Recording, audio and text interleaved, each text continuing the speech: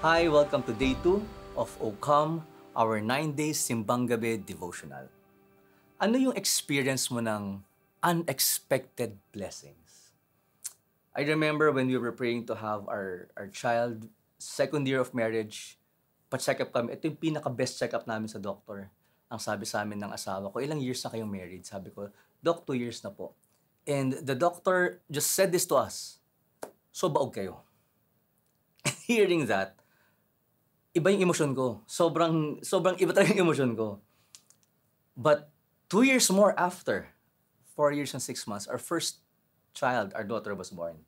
Saan dun yung unexpected blessings? Kasi 2 years ulit after that, Christmas of 2020, nag-conceive na naman ang misis ko na akala namin wala na. Akala namin makakaisa lang kasi never kami nabuntis talaga ng ganong kadali. So it was very unexpected and yet it gave another flavor of blessing to our family. Alam nyo, looking at the genealogy of Jesus Christ in the Bible, it was written there clearly. He was part of a lineage of a family that is very, very imperfect. I call it unexpected blessings. Imagine mo na lang yung sa family mo. What if you will realize, in the next generation, ipapanganak yung presidente ng Pilipinas sa family mo. In the next generation, ipapanganak yung next na tycoon in the business world in your family.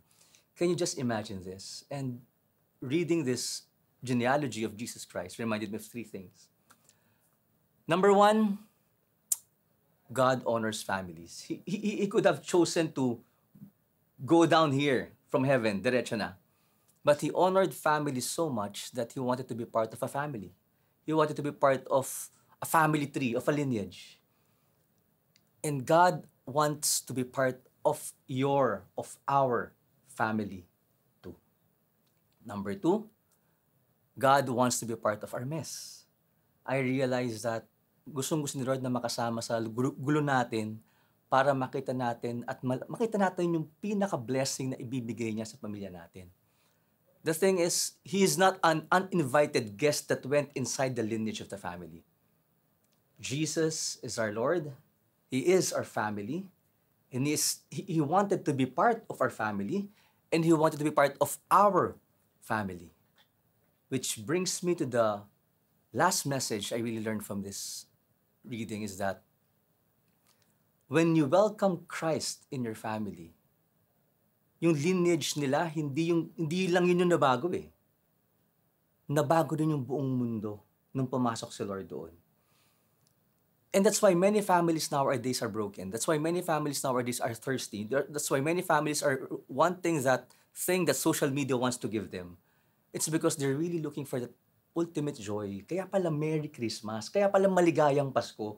Kasi talaga magiging maligaya ang Pasko natin. Pag nakuha natin ang tunay na ligayang ibibigay sa atin, si Lord pala yun.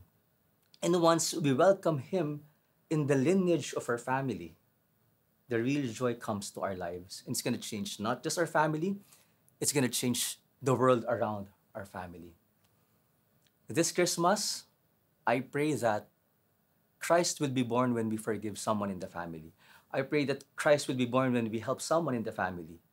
I pray that Christ will be born when we give and receive with humility in the family.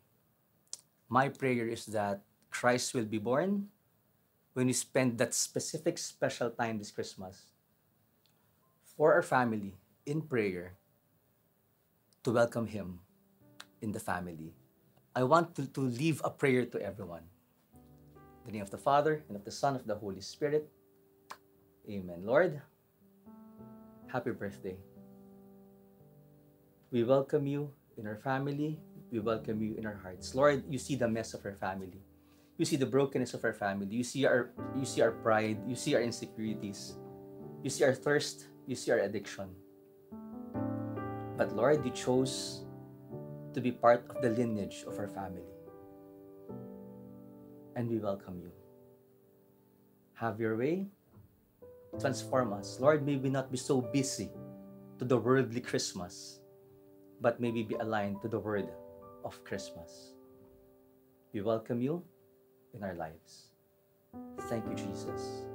Thank you for loving us. Amen. In the name of the Father, of the Son, of the Holy Spirit. Amen.